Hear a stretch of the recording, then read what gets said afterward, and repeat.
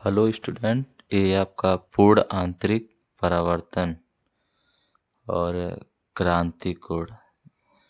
पूर्ण आंतरिक परावर्तन का हमारे दैनिक जीवन में बहुत सारे अनुप्रयोग हैं, जैसे कांच में पड़ी दरारों का चमकना, जल में प्रखनली का चमकीला दिखाई देना, जल में स्थित प्रकाश स्रोत का प्रकाश क्षेत्र क्या होता है। जैसे मान लीजिए कोई टब है, टब में कोई यहाँ पूरा जल भरा हुआ है, इसमें कोई प्रकाश लाइट है तो इसका प्रकाश क्षेत्र कितना होगा, मछली द्वारा प्रक्षेपित विश्व क्या होगा। तो बहुत सारे अनुप्रयोग इसके हैं। ये आपका M1 M2 दो माध्यमों का सीमा पृष्ठ है। ये आपका सघन माध्यम है पहला, और दूसरा आपका विरल माध्यम है।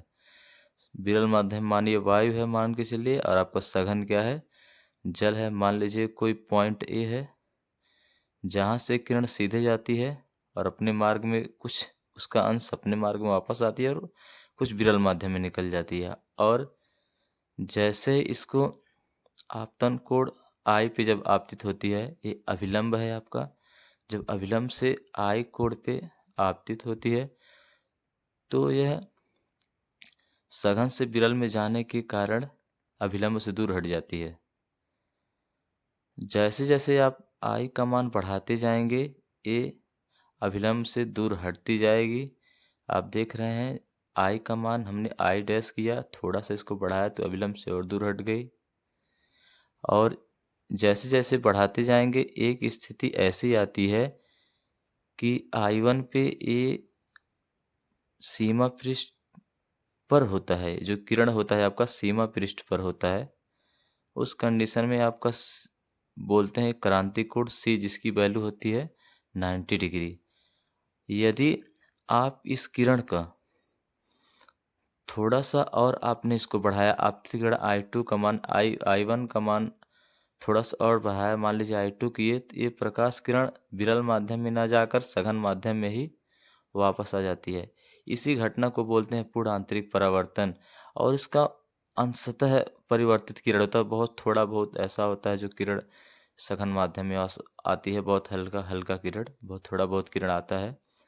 क्रांति कोण एक सघन माध्यम में बना हुआ आपतन कोण, जिसके लिए विरल माध्यम में अपवर्तन कोण 90 अंश होता है, क्रांति कोण कहलाता है।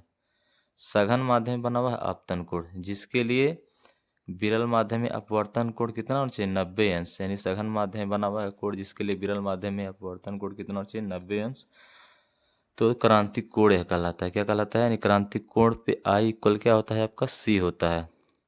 पूर्ण आंतरिक परावर्तन, यदि सघन माध्यम में प्रकाश की किरण क्रांति कोण से अधिक कोण पर आपतित होती है, यदि आपतन कोण का मान क्रांति कोण से अधिक किए तो क्या होता है, वह प्रकाश विरल माध्यम में ना जाकर जिस सघन माध्यम में ही वापस लौट आती है, आपतित होती है, तो यह दोनों माध्यम को अलग करने वाली सतह से वापस सघन माध्यम में लौट आती है या अपवर्तित हो जाती है।